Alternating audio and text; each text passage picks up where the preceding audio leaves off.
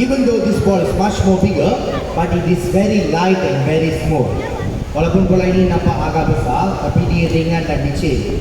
So kita akan lihat macam mana Dombu boleh main dengan bola ini.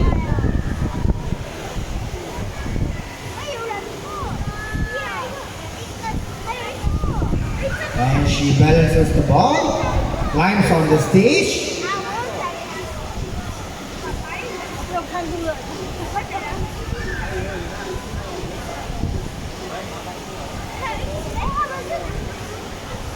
And she climbs on the bench too, guys, while balancing the ball.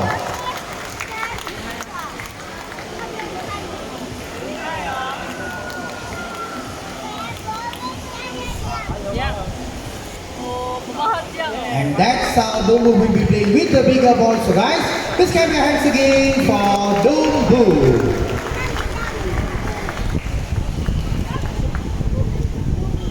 And Dombu used the